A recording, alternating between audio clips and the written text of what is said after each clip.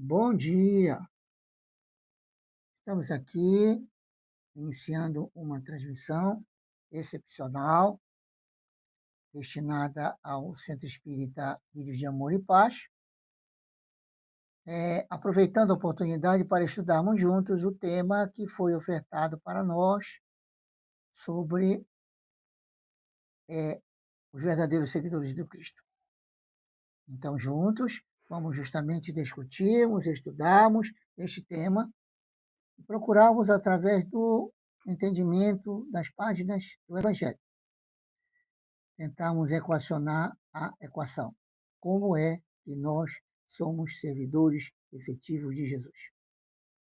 Vamos iniciar o nosso estudo com a nossa mensagem preparatória, que é do livro Estude Viva, ditado por diversos espíritos, a psicografia de Francisco Xavier e Valdo Vieira. E este livro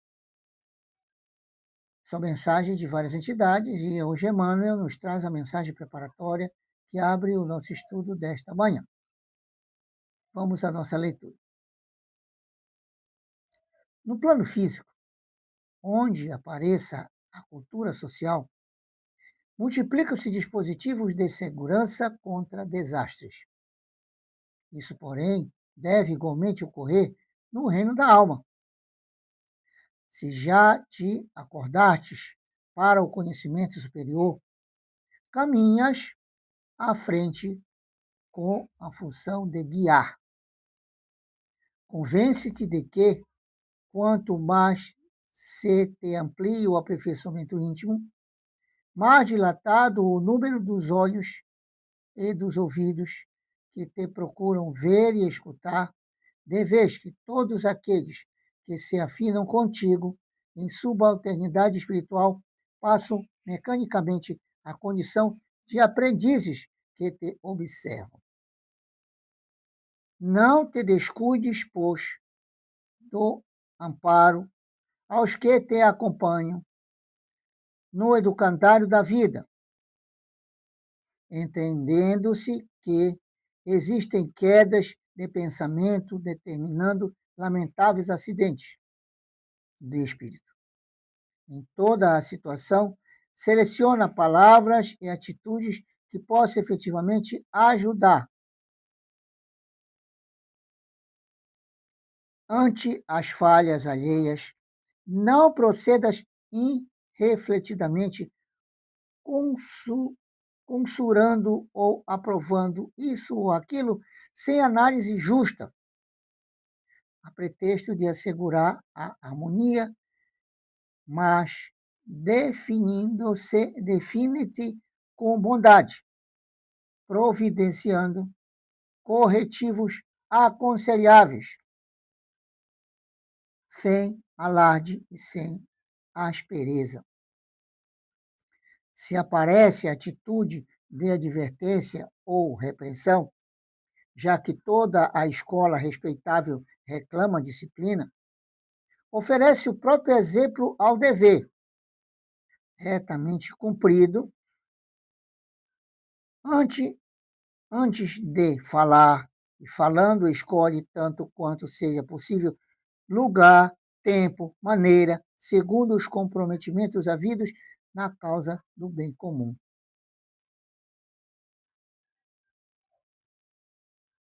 Lendo noticiários calamitosos ou livros indesejáveis, destaca os assuntos que te pareçam dignos de apreço. Examina-os com os irmãos no nível de experiência.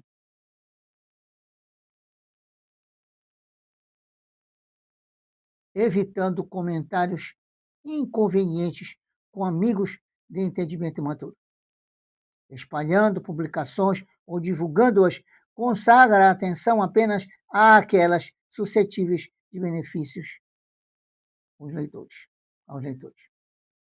Diante de todas as divergências, conflitos, desesperos, inquietações, articula ideias de paz e pronuncia frases de paz, sem desconhecer, embora que todos nós achamos em luta incessante contra o mal, e que nenhum realmente esclarecido pode acreditar-se em ilusória neutralidade.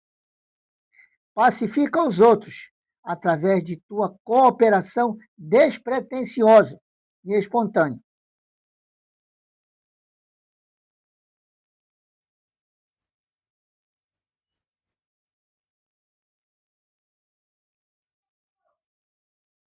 Na formação da tranquilidade alheia, sem enganar a ninguém, com a expectativa de um sossego, que só existe naqueles que fogem das próprias obrigações e que nunca se previnem contra a desordem. Administra onde estiveres o auxílio espiritual com a alavanca do próprio equilíbrio, vigilância sem violência, acalma sem preguiça, consola sem mentira, verdade sem drama. Que já sabes o que deve fazer no plano da alma, faze-o de coração, chamado a instruir, e um professor verdadeiro, enxergando mais longe, não apenas informa e ensina, mas também socorre e vela. Extraordinário tema de Emmanuel, nos concitando a analisarmos o nosso comportamento como disseminadores do Evangelho. Não podemos imaginar que disseminar o Evangelho seja apenas uma coisa simples. Não é. É uma responsabilidade extrema que todos nós precisamos atentar, principalmente no campo da exemplificação. Maravilhosa mensagem preparatória que nos harmoniza com a tarefa que nos é ofertada por Jesus neste dia. Caros amigos, vamos orar preparando-nos para a tarefa desta manhã. Pai de amor e bondade, Senhor da vida, te somos gratos, Senhor, pela bendita oportunidade do esclarecimento, da autoiluminação que nos concedes, através dos benditos ensinamentos do Evangelho que nosso irmão mais velho trouxe até nós, para nos esclarecer as mentes. Possamos, na manhã de hoje, entendermos a importância dos nossos exemplos, que sempre se explicitam mais do que os nossos discursos, pois através deles convencemos corações visíveis e invisíveis. E é que através dessa possibilidade possamos identificar a nossa responsabilidade de, junto dos nossos irmãos, levarmos tudo aquilo que dizemos ter no coração em termos de fraternidade, amor, perseverança, esperança, palavras não mágicas, mas necessárias para que o Evangelho possa viver em nossos corações. Em todos os momentos desta fraterna reunião, Pai amigo, possamos sentir a Tua presença que nos envolve, fortalece e ampara. Em mais, este dia, que Tua misericórdia nos concede. Abençoa dentro da Tua paz e em todos os momentos desta manhã possamos sentir a Tua presença junto a nós, nos envolvendo, fortalecendo, encorajando, que assim seja. Caros amigos, na manhã de hoje, nós vamos estudar o capítulo 16º do Evangelho segundo o Espiritismo, e mais propriamente os itens 9 e 10. Qual é o tema do capítulo 16º do Evangelho segundo o Espiritismo? Vamos ver aqui qual é o capítulo 16º, ou melhor, 18º, perdão. Qual é o tema do capítulo 18º? Muitos são chamados e poucos escolhidos. O próprio tema é uma sugestão para nós. Todos nós, quando reencarnamos, fomos chamados para uma missão, porque nenhuma reencarnação é inútil. Porém, escolhidos vai depender do nosso trabalho na carne, em prol da fraternidade, do amor e da disseminação dos ensinamentos do Evangelho por todos aqueles que conosco estiverem caminhando.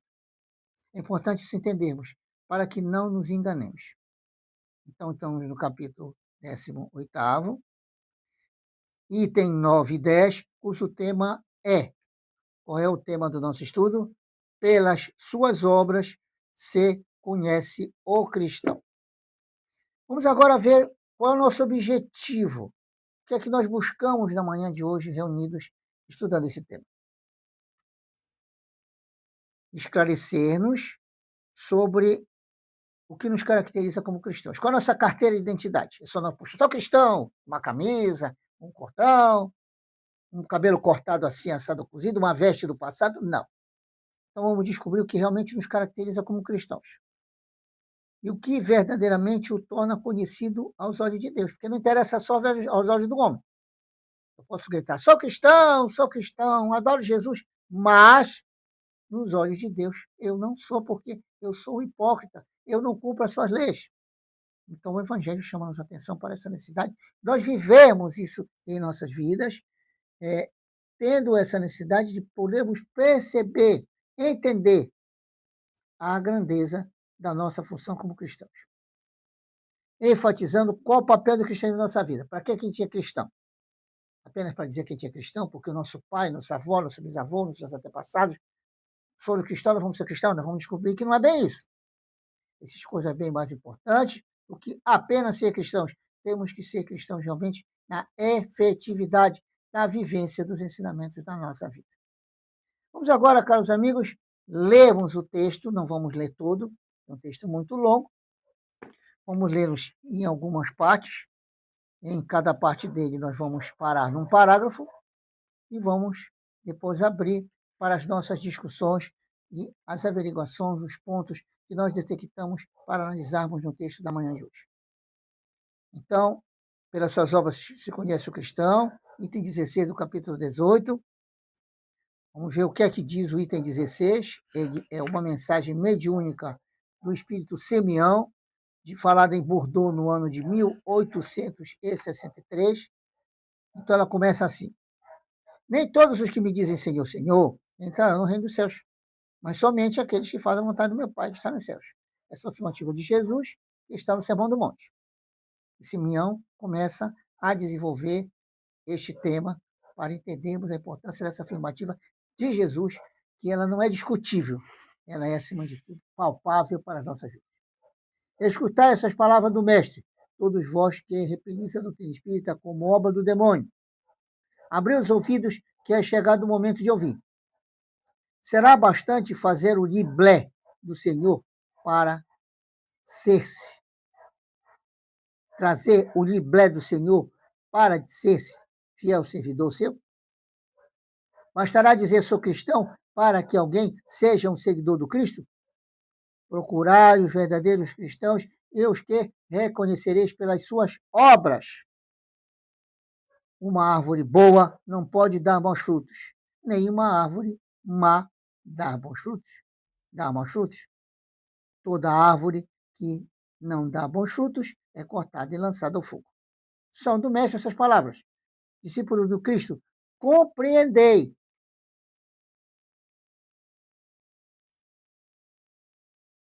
Bem, que frutos deve dar a árvore do cristianismo? Árvore possante, cujos ramos frondosos cobrem com sua sombra uma parte do mundo, mas que ainda não abriram todos os que se hão de agrupar em torno dela. Os da árvore da vida são frutos da vida, da esperança e da fé. Aqui nesse primeiro parágrafo, Simeão falando-nos para nós para a importância do cristianismo para o dia de hoje. Essa árvore frondosa que está sobre parte do mundo. Interessante a expressão. Por que não está em toda parte do mundo? Porque, infelizmente, o mundo ainda não aceita. Nós temos outras religiões, outros entendimentos, existe o materialismo em grande ascendência, que faz com que a gente justamente não diga que o cristianismo está em toda parte do planeta. Mas pelo menos uma parte dele está. Falo aqui não apenas do cristianismo sob denominações, mas no do cristianismo sob vivência. Vamos ao segundo parágrafo. Abri, pois, os ouvidos e os corações, meus bem-amados, cultivai esta árvore da vida, cujos frutos dão a vida eterna. Esta árvore da vida, aquele que a plantou, vos conceda a tratá-lo com amor, a tratá-la com amor, que ainda vereis dar com abundância os frutos divinos. Conservai-a tal como Cristo vos entregou. Não a mutileis. Ela quer estender sua sombra imensa sobre todo o universo. Não lhe corteis os galhos. Interessante aqui esta afirmativa aqui de Simeão sobre a questão da nossa responsabilidade de jardineiros que regam esta árvore. e que não apodam o que é podar, diminuir os ensinamentos do Evangelho. Ele fala aqui que nós ganharemos a vida eterna. Essa vida eterna é lá, não aqui. Quando, justamente, estamos dentro do entendimento do Evangelho, nós já começamos a ter a paz dentro de nós. Não vai ser amanhã, daqui a 15 anos, daqui a 50 anos, vai ser agora. Não é na próxima reencarnação, é agora. Porque o Evangelho entra no nosso coração. Então nós temos que ser este jardineiro que propicia que esta árvore cada vez mais cubra o planeta. Isso vai ser do dia para a noite? Não. Jesus não tem pressa. Deus não tem pressa. Quer que no tempo devido a humanidade perceba isso. E através dessa percepção entenda a importância desta árvore. O divino Salvador, o justo por excelência, disse: as suas palavras não passarão. Nem todos os que dizem Senhor, Senhor, entrarão no reino dos céus. Entrarão somente os que fazem a vontade do meu Pai que está nos céus. Que o Senhor de bênçãos vos abençoe, que o Deus da luz vos ilumine, que a árvore da vida vos ofereça abundantemente seus frutos. Crede e orai. Este final é maravilhoso. Ele quer que Jesus nos abençoe, que Deus nos ilumine e que esta árvore, que é o Evangelho, dê frutos abundantes dentro de nós para que a gente mude o exterior que está em nosso redor. Nós queremos que o exterior mude, mas nós não mudamos. O exterior muda à medida que nós mudamos. E quando nós temos a capacidade de, através dos nossos gestos, convencermos os corações, nós estamos transformando o planeta, mudando o seu habitat e tornando num planeta bem melhor do que ele parecia ser. Então, aqui a mensagem desse Mião para nós, este é o nosso estudo da manhã de hoje. Vamos agora, caros amigos, então abrimos para as nossas observações dentro do texto que acabamos de ler. A primeira delas pergunta assim para nós: por que muitos dos que dizem Senhor, Senhor, não entrarão no reino dos céus? Porque não basta apenas falar, nós temos que praticar, nós temos que usar a vida do Evangelho nas nossas vidas. Senão nós seremos fariseus modernos, sepulcros caiados, como diz Jesus, aquele que fala e não cumpre. A mensagem de Emmanuel preparatória foi maravilhosa, chamando-nos a atenção para esse detalhe. Não podemos dizer, não, o outro vai para cá, vai para lá, porque a religião diz, não, nós somos os convencedores das pessoas. Os nossos gestos, eles mexem com o coração das pessoas, transformam o coração das pessoas. E nós temos que ter a capacidade de entender isso. Mas para que isso aconteça, não é o Senhor, Senhor, porque é um verbo externo, que muitas vezes o interno não está falando. É apenas uma manifestação da nossa emoção, muitas vezes, por determinados gestos religiosos, determinados cultos religiosos, determinadas solenidades religiosas, que às vezes nos motiva emocionalmente e faz a gente externar uma coisa que depois muda. Somos parecidos com fogos de artifício, que hoje, quando soltados, são maravilhosos. Mas quando termina, só fica fumaça. Os chineses, quando criaram os fogos de artifício, era justamente para a gente observar isso, as nossas vidas, e ver se nós não somos fogos de artifício. Não é isso que Deus quer de nós. Quer a praticidade, principalmente em termos do Evangelho. Então não adianta apenas falar, gritar, berrar. Reino dos céus é uma coisa conseguida dentro de nós, é paz. E nós não podemos ter paz sem vivermos o Evangelho. Principalmente a fraternidade entre nós. Amai-vos uns aos outros, assim como eu vos amei. Vocês serão conhecidos como meus discípulos, como se amarem. O que é isso? Viver o Evangelho onde quer que estejamos e como quer que estejamos. Se pensarmos inverso, estaremos desdizendo que o Evangelho nos recomenda. Que Jesus não nos obriga a nada, ele nos recomenda porque quer nos ver felizes. Somos suas ovelhas, estamos fora do aprisco, precisamos estar dentro deste aprisco. Aprisco é o lugar onde você colocava as ovelhas, guardava. Então nós estamos fora, por quê? Somos teimosos, insubmissos, irresponsáveis, né? Dogmáticos, discriminadores, intolerantes religiosos. Para que aconteça chegarmos ao rebanho do Senhor, precisamos acima de tudo sempre fraternos com Deus. Então, não vamos ganhar o reino dos céus a parte de nós se ficarmos falando. Temos que ser mais, agir, trabalhar, produzir. Segunda observação. Quem são, assim, os considerados? Quem são aqueles que realmente não vão ganhar o reino dos céus? Nós! quando falamos e não praticamos. Somos nós quando temos uma aparência externa de espíritas, de que religião seja. Importa para nós, estamos falando de espiritismo, importa para nós como é o nosso proceder com espíritas. Acreditamos em Deus? Acreditamos na imortalidade da alma? Acreditamos na comunicabilidade dos espíritos? Acreditamos na reencarnação? Acreditamos na lei de causa e efeito? Ou nós achamos que enquanto esses fatos não nos abalam, essas 5 premissas não vêm em nosso ponto, está tudo bem. Mas quando vem a prova para nos testar se somos espíritas ou não, a gente capitula, significando dizer que nós não somos espíritas. Somos espíritas de externa aparência. Não é isso que interessa a Jesus. Interessa a Jesus a vivência. Todos aqueles que o acompanharam, até Paulo de Tarso que veio depois, os seus acompanhantes, ele fez com que passassem por provas para entender a importância do seu papel na formação do cristianismo primitivo. Agora, nós que estamos aqui, século XXI, com tanta materialidade ao nosso redor, e que temos a responsabilidade de fazer a materialidade funcionar. Se ela não funciona, nós, evidentemente, não estamos sendo inteligentes no cumprimento dos nossos deveres. Deveres não para com Deus, que não precisa de nós. Não para com Jesus, que é nosso Criador, mas conosco mesmos.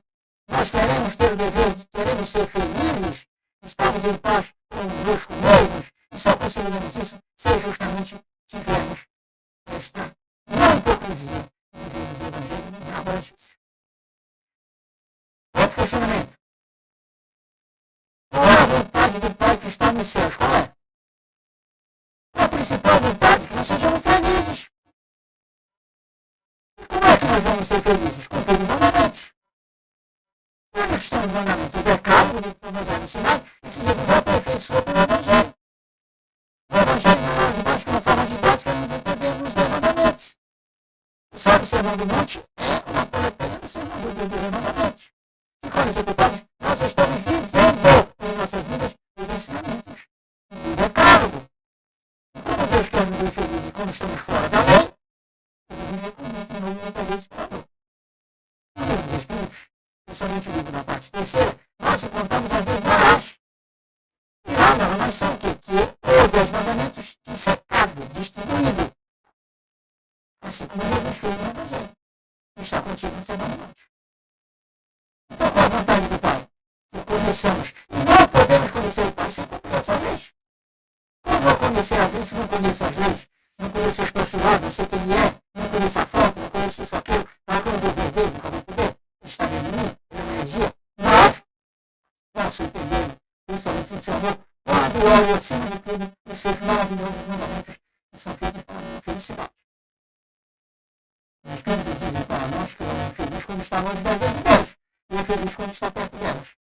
Então, porque a vontade do Pai é essa, que a gente faça o cumprimento dessas leis, para vivermos o cristianismo, nossa essência, para sermos felizes. Ele não nos nasceu, ele não nos criou para sermos infelizes. Se estamos, é pela nossa imprevidência, pelo nosso descontrole, às vezes impossível, que a gente acaba criando em determinadas situações, motivados pelos nossos desequilíbrios, mas que a gente está trabalhando devagar para superar.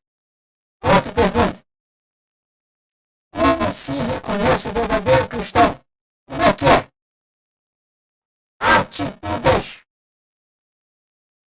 Serenidade, paciência, misericórdia, caridade, benevolência e tantos outros significados, tantos outros pseudônimos que podemos fazer para luz desta manhã, que fazem parte da vida do cristão. O cristão não é aquele que está de 4 paredes ou tem uma denominação, é aquele que vive o cristianismo, o cristão que vive o cristianismo, que segue Cristo. Qual é o lado de Jesus? Ama o próximo e ama a Deus. O ama a Deus e ama o próximo. 2 mandamentos que se fundem, um não está semelhante ao outro. E nós temos que entender que o verdadeiro cristão é aquele que pratica isso. Muitas vezes encontramos o ateu, aquele que não acredita em Deus, que é materialista, que executa mais as coisas desse mandamento do que nós. Nós, dizemos cristãos, não somos incapazes de perdoar. Não temos mágoa no coração, somos incapazes de esquecer a mágoa. Por quê? Porque não somos cristãos. Somos um cristão de fachada, um cristão de momento, que se emociona com o Natal, se emociona com o Ano Novo, se emociona com a festa do seu patrulheiro A, B, C, né? E esquece de se emocionar com o irmão. O irmão hoje que não está mais leproso caindo dos pedaços, não está com a lepra moral que hoje está extensa em torno da sociedade, e nós temos a responsabilidade de diminuir e ajustar.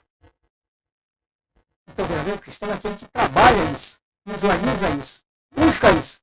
Nunca esquece que justamente esses postulados fazem com que a gente consiga cada vez mais se aproximar do objetivo que é sermos cristãos. Não quer dizer com isso que você possa ser cristão, só se você ser cristão que você vai ser salvo. Não. Tem budista, tem islâmico, tem judeu, tem taoísta, tem umbandista, tem candomblessista. Tem muita gente se salvando aí, como diz Jesus. As prostitutas e os cobradores de imposto estão entrando no céu, vocês estão ficando fora. Isso foi religião da sua época. Porque os hipócritas, eles estavam valendo-se da exterioridade da religião, esquecendo que ela é apenas uma referência. Você tem que viver a religião na fraternidade com os seus irmãos, senão sua religião é uma inutilidade. Qual o papel do cristianismo hoje? Qual é o papel de nós sermos cristãos? O cumprimento das leis divinas, a expressão das leis divinas em nossas vidas e, acima de tudo, transformar o planeta. Um planeta de mais amor, mais fraternidade. Mas não entendamos que para que façamos isso, nós precisamos ir para uma praça pública, comprar uma caixa de som desse tamanho e ficar gritando. Não. Nós temos que fazer algo melhor, importante que os nossos irmãos evangélicos fazem. Não estou aqui discriminando-os. Apenas dizendo que nós temos que fazer também a nossa parte. E qual é a nossa parte, independente dos nossos irmãos? Praticando, executando, na praticidade do evangelho. Quando nós fazemos isso, nós mudamos o ambiente externo que nós não vemos e o ambiente externo que nós estamos vendo e o interno que nós não estamos vendo. O mundo espiritual também precisa dos nossos testemunhos para mudar. Quantos espíritos relutantes em ignorância por nossa causa? Porque nós somos incapazes de dar um exemplo de fraternidade para eles. Precisamos isso fazer. Não apenas cruzarmos os braços achando que tudo está bom. Que quem pau que nasce torto morre torto. Para o espírita essa afirmativa não existe. Um pau que nasce torto pode se tornar reto, depende dele. E quem sabe nós sejamos aquele que vai sensibilizá-lo, vai mexer o seu coração para que ele se transforme. Não vamos esperar que os outros façam as coisas que nós temos que fazer pela nossa responsabilidade. Vamos fazer o que tem que ser feito. Não sejamos aquele que espera pelos outros ou acha que os outros vão ser nossos intermediários. Jesus não quer que nenhum intermediário age em nosso favor. Quer que nós façamos para que nós tenhamos os méritos. Nosso Pai assim o quer. A cada um segundo as suas obras. Palavra do próprio Cristo. Então, precisamos interiorizar isso. O papel do cristianismo no dia de hoje é muito importante, porque ele muda comportamentos, ele muda corações e faz com que as pessoas possam entender a grandeza e o amor de Deus para conosco. Esse é o sentido. Um Deus, um Jesus que você não tem lá, não está lá no espaço, a milhões de quilômetros, está dentro de você, está no seu lado, caminhando principalmente nos momentos difíceis de dor e necessidade. Vamos a outro questionamento. Por que o cristianismo, sendo esta árvore possante, tão forte, né, não conseguiu ainda implantar-se totalmente na terra? Por causa de uma expressão. Por causa da seguinte situação. Nós tentamos procurar podar a árvore e achar que a árvore tem que crescer do jeito que a gente quer. A árvore quer crescer, mas a gente quer podar. A gente quer diminuir. Achar que a árvore tem que ser de acordo conosco, não com o que tem que ser. Isso faz com que a árvore perca a finalidade, deturpando os ensinamentos do Evangelho, dizendo que o perdão tem limites, dizendo que o dogmatismo feroz deve ser colocado em primeiro lugar do que a caridade, que devemos condenar os outros. Quantas e quantas mulheres adúlteras, mulheres equivocadas nos encontram, e nós somos os primeiros a jogar pedra, esquecendo a passagem de João, que nem Jesus o fez, mas que suspendeu-a.